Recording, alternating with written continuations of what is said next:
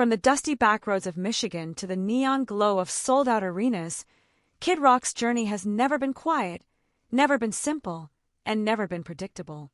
It's a story intertwined with rebellion, fame, grit, and the unmistakable roar of American culture itself. By 2025, the world has seen him transform from a teenage DJ with a chip on his shoulder into a multi-millionaire entertainer whose name still echoes through the worlds of rock, rap, and country. And now, as we dig deeper into his lavish properties, his rumbling car collection, and the financial empire he's carved out through decades of chaos and charisma, one thing becomes clear. Kid Rock has built a lifestyle as loud and unapologetic as his music. Robert James Ritchie wasn't raised in the rough Detroit neighborhoods he later sang about. Born January 17, 1971, he grew up not in poverty, but on a serene, sprawling property in Romeo, Michigan, where apple orchards, barns, and horses shaped the early landscape of his childhood. His parents, Susan and William Bill Ritchie, provided stability, comfort, and business success. Bill owned multiple car dealerships and pushed the family into a comfortable upper-middle-class life. There was no neon nightlife, no graffiti-tagged alleyways, no gritty street corners in Robert's early years. But there was restlessness, there was curiosity, and there was the spark of something wild. At Romeo High School, while other students played football or studied quietly in the library, Robert was already drifting toward the rhythms that would define him. Hip-hop was exploding in the 1980s, and something about its attitude, its rawness, its rebellious energy hooked him from the very beginning. He didn't just listen, he dove in headfirst. He learned to breakdance. He mimicked the cadence of his favorite rappers until he developed his own voice. He taught himself to DJ, blending beats with the kind of instinctive timing that can't be taught. And before long, he was performing at local talent shows scattered around Detroit, building a small reputation in a city where music isn't just entertainment, it's survival. With creativity running in the family, his sister Jill would later become an actress. Robert carved out his own place, not in Hollywood but in the underground venues and makeshift stages where Detroit's next generation of performers fought to be heard. And it didn't take long before someone noticed. By the time he was just 17 years old, Robert, now calling himself Kid Rock, landed a deal with Jive Records. At an age when most teenagers worried about exams and prom dates, he was releasing his debut album, Grit Sandwiches for Breakfast, a raw, energetic blast of early rap that made waves across Detroit.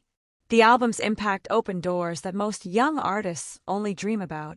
Soon, he was landing tour slots with hip-hop legends like Ice Cube and Too Short.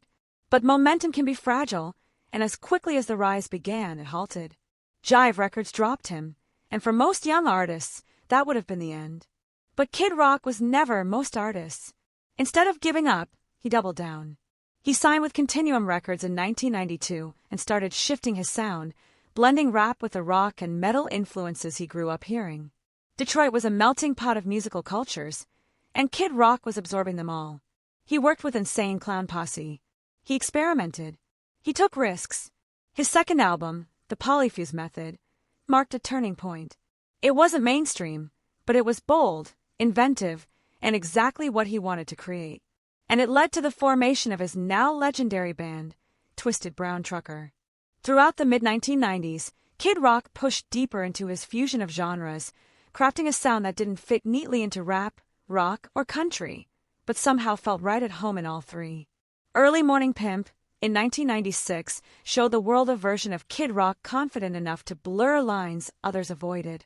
By 1997, Atlantic Records took notice, offering him yet another chance to break through nationally. And break through he did.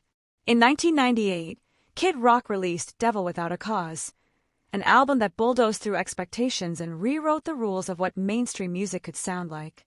With its mix of rap bravado, rock guitars, and southern fried swagger, the album hit like a cultural earthquake. Its standout single, Bawit Daba, became a generational anthem, blasting from car stereos, bars, concerts, and television screens everywhere. The album sold more than 15 million copies, earning a rare diamond certification and turning Kid Rock from a regional curiosity into a global name. With fame came Hollywood opportunities, acting roles, TV appearances, crossover moments, but music always remained his foundation. Through the early 2000s, he continued evolving. His 2003 self-titled album solidified his shift from rap to rock, and in 2007, Rock and Roll Jesus debuted at #1 on the Billboard charts, proving that even after years in the industry, Kid Rock still had the power to dominate. The next decade saw him leaning further into country rock with albums like Born Free, Rebel Soul, and Sweet Southern Sugar, blending Nashville influences with Detroit attitude. He released greatest hits, You Never Saw Coming in 2020, and even during the pandemic, when the world seemed to stop spinning, Kid Rock reinvented himself again. Under the alias Bobby Shazam, he dropped the single Quarantine, donating its proceeds to COVID-19 relief efforts, a rare moment of quiet generosity beneath the noise of his public image. By 2022, he returned to political commentary with We the People and released his 12th album, Bad Reputation, proving he still wasn't afraid to stir controversy or challenge listeners. Even in 2023, he stayed unpredictable, teaming up with artists like Fueled by 808, Austin Mahone, and Jimmy Allen for a genre-bending track titled No Limits. And if that wasn't enough, he prepared to appear on Dolly Parton's upcoming album, yet another surprise collaboration in a career built entirely on surprises. But all of that artistic reinvention isn't just reflected in the charts, it's reflected in his bank account. As of 2025, Kid Rock's net worth sits at an estimated $150 million, built not just from album sales but from tours, merchandise, business ventures, and a brand that refuses to fade. And when someone with that kind of money has a taste for the extravagant, their lifestyle becomes a story all its own. Kid Rock's real estate portfolio is every bit as dramatic as his career. One of his most striking properties is a sprawling equestrian estate, a nod to his love of open countryside and the rugged freedoms that come with it. Picture long driveways stretching across acres of land, private facilities for horses, and an atmosphere that feels more like a retreat than a home. It's quiet, vast, and unmistakably American, exactly the balance Kid Rock seems to embrace when escaping the noise of the world. But the crown jewel of his holdings is arguably his 6,000-square-foot mansion in one of Detroit's most exclusive neighborhoods, a waterfront home perched along the edge of the Detroit River. Worth a reported $2.1 million, it sits just steps away from the official mayoral residence, making Kid Rock's address one of the most prestigious in the city. With 6 bedrooms, 6 bathrooms, and sweeping panoramic views of the river, the mansion blends luxury with personality. From the upper deck, you can watch boats drift lazily by on summer afternoons or soak in the glow of the waterfront at night. Outside, a private boathouse complete with an outdoor shower and jet ski lift brings adventure to his doorstep.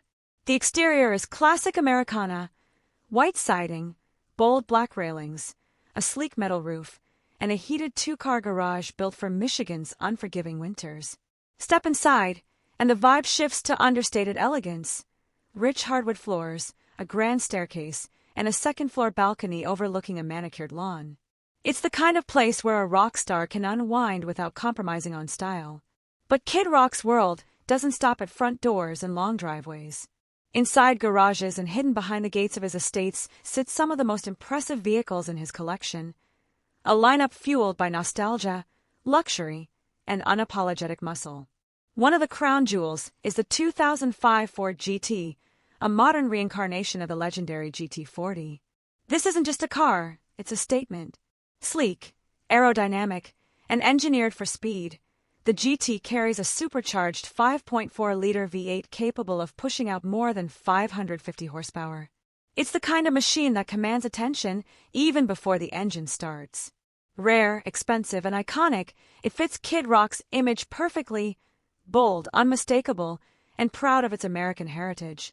Then there's the retro-styled 2005 Ford Thunderbird convertible, a tribute to the classic 50s and 60s design but modernized for smooth cruising and comfort.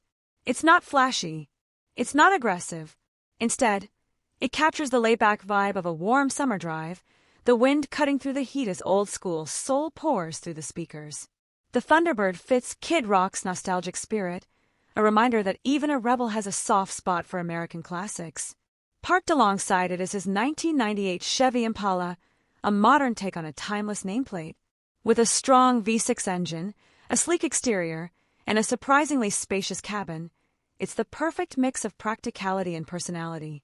It's the kind of car you take to the studio, to the countryside, or to a night out without thinking twice. Kid Rock's life has always balanced extremes, and the Impala fits neatly into that middle ground. But even he has a taste for pure luxury.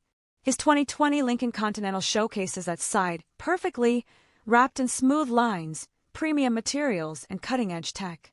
The interior feels more like a private lounge than a typical car, offering serenity and comfort that contrast his rugged public persona. It's the kind of ride where you could sink into the seat and disappear from the world for a while. And finally, there's the GMC Sierra, a powerful, durable pickup truck built for hauling, towing, and tackling back roads with confidence. It's practical, it's tough, and it echoes Kid Rock's love for the outdoors and wide-open landscapes. Whether he's heading to a concert, a shooting range, or an off-the-grid spot on his property, the Sierra brings a sense of grit that he never left behind. Kid Rock's lifestyle is more than the sum of his homes and cars. It's a living reflection of his identity, an identity shaped by contradictions, wealthy but rooted, rebellious but calculated, chaotic but deeply controlled. He's the kind of public figure who sparks debates, stirs reactions, and refuses to soften his edges. And whether people love him or hate him, they can never ignore him. His story, from privileged beginnings to rap battlegrounds, from rock superstardom to country crossovers, from controversy to philanthropy, is a testament to constant reinvention. Kid Rock has built an empire that spans decades and refuses to slow down. And as he continues releasing music, collaborating with icons, and expanding his influence, one thing is certain: Kid Rock isn't done surprising the world. Not even close. So now the question becomes, which part of this larger-than-life lifestyle stands out to you the most? The $150 million empire? The riverfront mansion? The Ford GT humming like a beast? Or something deeper in the story of a man who built a career out of breaking the rules? Let us know below. And don't forget to like, subscribe, and hit that bell if you want more dramatic deep dives into the wild lives of your favorite stars.